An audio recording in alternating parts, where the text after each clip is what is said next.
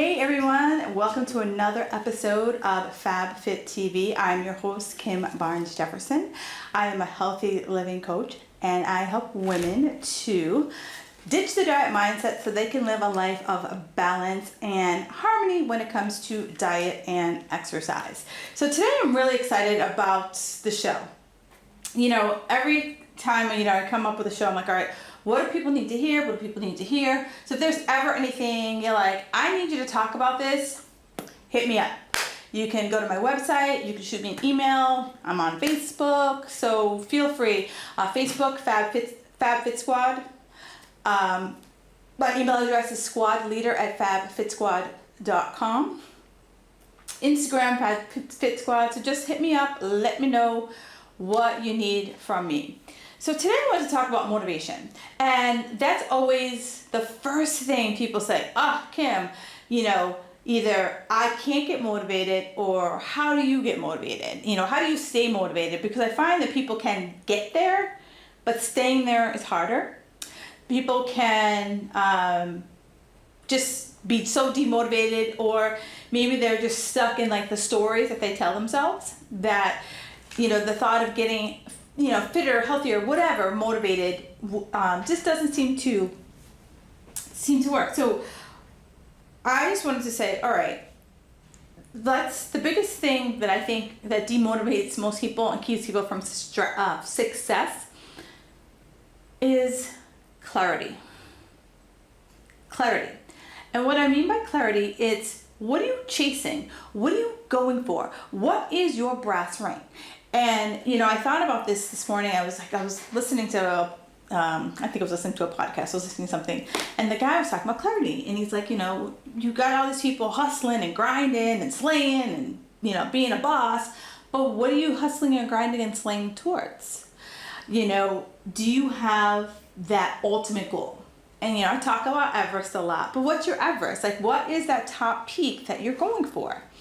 And I got to myself thinking about myself, and I guess you're gonna always have multiple Everests because I have folks who play that I'll be happy when game. I'll be happy when I lose 30 pounds. I'll be happy when I have a butt you can bounce quarters off of. I'll be happy when I have 6-pack abs. I'll be happy when I have the perfect relationship, the perfect kids. This I'll be happy. Insert the blank. Now my question for you is happiness your motivation? And if happiness is your motivation, what is the goal? And if you're going to save happiness, then you're never going to get motivated. So instead of pushing happiness off, why don't you say to yourself, I'm going to be happy right now. And in order for me to lose the 30 pounds, here are the steps that I have to take. And I know that sometimes it can be demotivating if you have a far way to go. But if I say, I want you to think about a road trip. If you were going to California, would you be pissed off that you were only in Boston and not in California?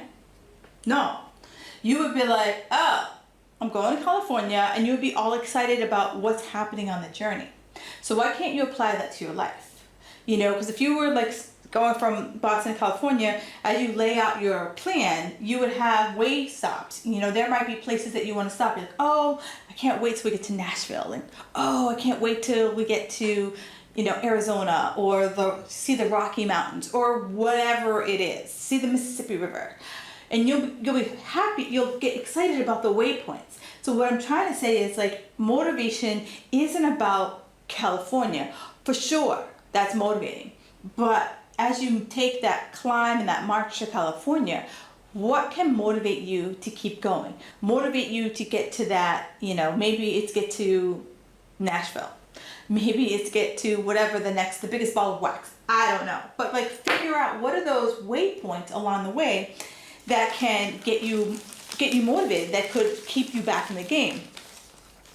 And it's so easy to get wrapped up in where you are, right? But if you start thinking of it in that way and breaking down your goal into like smaller and smaller and smaller chunks, you're going to start to see that you're really chipping away at it. And you be able to see what you're running towards versus what you're just stuck in. You know, when you're stuck in the crap, you're stuck in like the weeds, and you just don't know how to get out of it. And, you know, also, does your goal motivate you? You know, it's like, I want you to think about your goal as if you were planning that trip to California or planning that trip to Jamaica.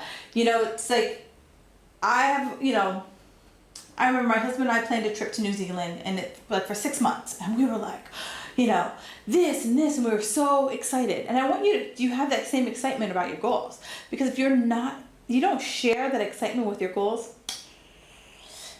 you're not going to stay motivated. If you feel like you have to do this, like, you know, you're handcuffed to this goal, someone's making you do this goal, then the motivation is going to be really hard. It's going to be really hard to, like, you're going to be digging deep to get that motivation out. And, you know, I think about like my husband, you know, his weight loss, his food choices are motivated by his doctor. And as soon as he's within 4 weeks of his doctor's appointment, all of a sudden he's like, I gotta clean it out, I gotta make sure I'm hitting the gym for 4 weeks. And then, you know, he lets it slide, and then 4 weeks comes up and he's like, you know, perfect fill. Same thing with vacations. So how can you take that same mentality that you have when you go on vacation? How can you take that same mentality you have when you have that upcoming doctor's appointment and sprinkle that through the rest of your life? So one of my biggest things is you have to find something that inspires you. And, you know, I have on YouTube what I call my highlight reel. And there's times that, you know, I don't wake up every day, you know, glitter, puppies, and rainbows. And sometimes you just need that like extra like shot in the arm that actually you can do it. And I watch inspirational videos on YouTube.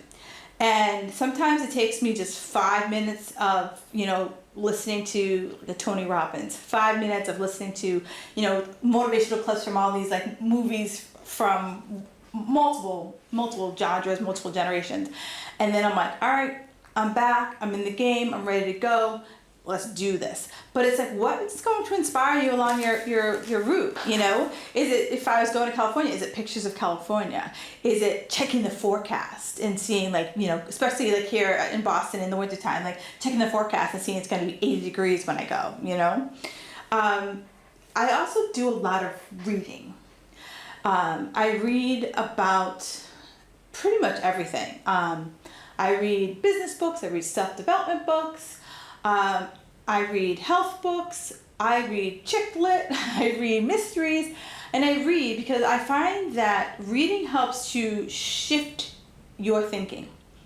And, you know, shifting your thinking also helps you come at life at a different way. So if you're always kind of walking life this way, sometimes when you read something, you might be like, I never thought of it that way. You know, and even in like a fiction book, like just some of the things that people are going through in their lives, you kind of like think to yourself, I never thought of approaching a problem that way. I never thought of, you know, it just kind of, I find that like when I read mysteries, it just helps you kind of like start to be a little bit more of a sleuth, like be able more of a puzzle, being able to put puzzles together, you know, kind of figuring out like, you know, did Colonel Mustard do it in the kitchen with a knife? So I read, and reading also helps motivate me. And so a lot of times I go for walks, or when I work out, I listen to books on tape. And, you know, they'll say something that'll like trigger some like creative fountain in my brain. They'll say something that'll help me, you know, that just like one word that'll be like, oh my God, I was wrestling with that problem, and and it just motivates you to take the action, because you're just like, I solved that. So if you've been kind of stuck in a rut, just, you know, pick up a book on it, and it might be what you need to kind of turn the corner. I've been reading forever. I've been a reader my whole life, and I just remember just like pouring through books. And they say some of the most successful people are readers. And, you know, there's a guy that I'm friends with, and he did a challenge a couple of years ago where he challenged himself to read a book a day. Can you imagine that? A book a day. I can read about 2 books every 2 months. So I read about 2 to 3 books a month, but a book a day. That's some stuff. So it just helps you get more creative and just, carve out like 30 minutes, 10 pages a night, something that just helps kind of you reframe your life. And, it might ignite a passion in you. You don't know. Lately I've been reading for pleasure and I really like it. And, here's when you think back to your goal and you think to yourself, like, what drives you? Like, what is the, get up and go that you have? Like, what makes you just so excited? And for me, if I think about, my business goals, my business goals, I love seeing women think they can't, prove they can. I love it. I absolutely love it.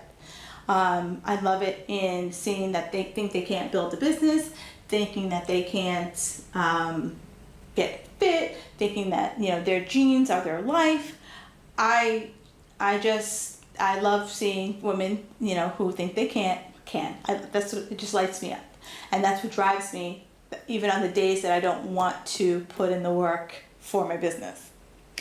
For my fitness, I know what my potential is. I know that I've been at my peak performance, and I know that, right now, once I kind of sort out what's happening with my thyroid, I'm going to be right back there. So my motivation is that my story is going to help someone. I'm not at the end of my story just yet, but I know that my journey, everything I've been through, is going to help someone else so that they don't have to spin their wheels the way I did. I also want it to be that I give people a voice, that, your doctor is great, but they might not be the end all be all, and it's okay to break up with them to find someone who can help you.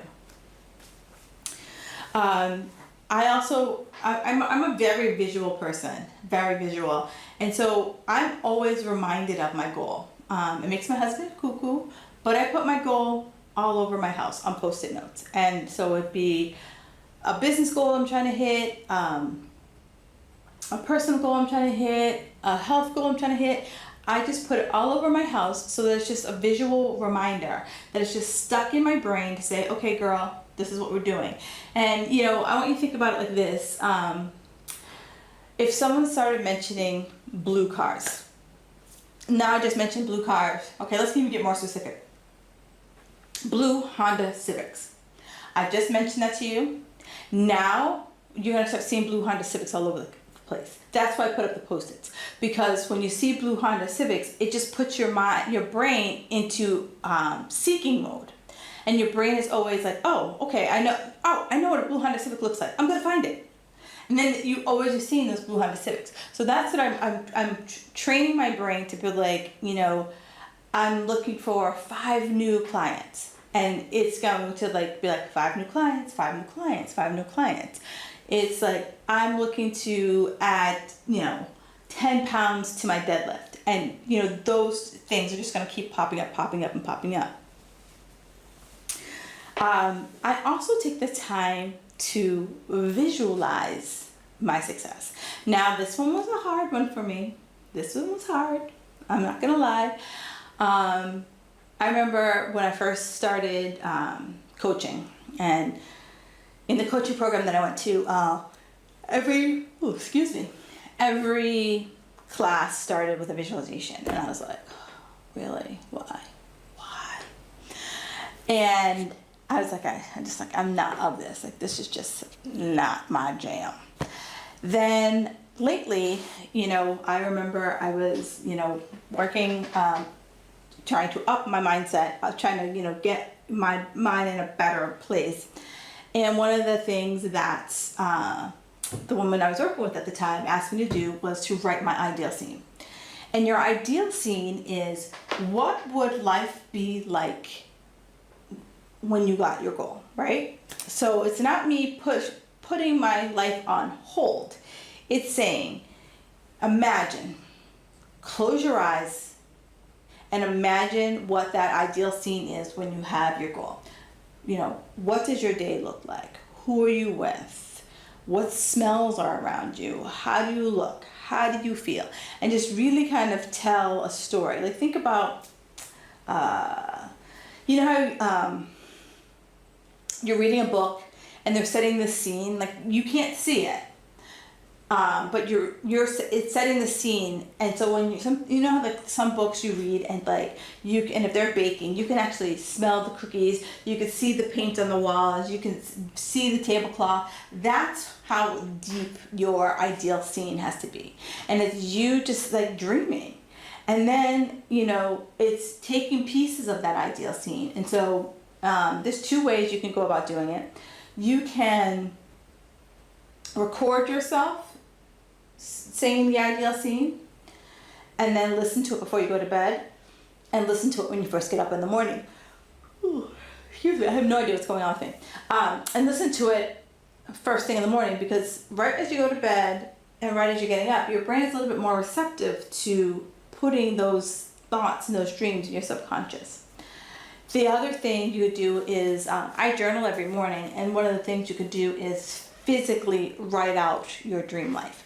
And so there is something about pen to paper in the brain that helps to really help imprint it and implant what that dream life is going to be. So, you know, if you're thinking about it, and if you're, you know, when you get into it and you're like, oh my God, like, you're thinking like, oh my God, when I get to California, I can't wait to put my toes in the sand. I wonder if the water's warm. I wonder if the water's cold.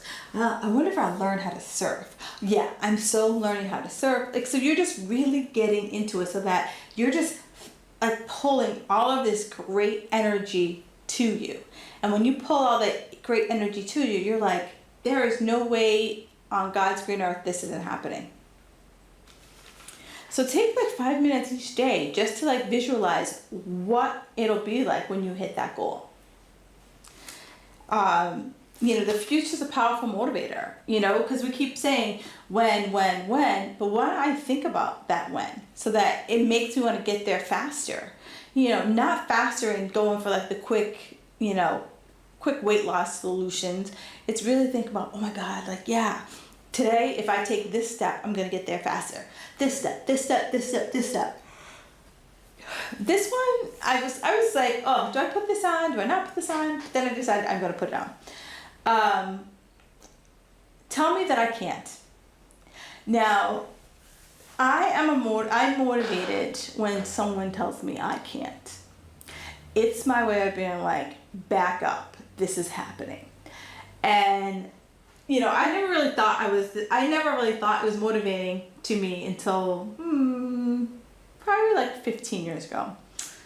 Maybe more like 20 years ago. I remember I started running, and I started running for stress release. And I was like, okay, I need some goals. And so I signed up for a road race, and I said, okay. So at this point I had never run in a road race before, so I knew nothing of road races. I was just like, all right, you know, there's a 5-mile race. I'm signing up for it. I'm gonna do it. I'm all excited. I trained. I was, you know, able to run the 5 miles, no problem. Then the day comes.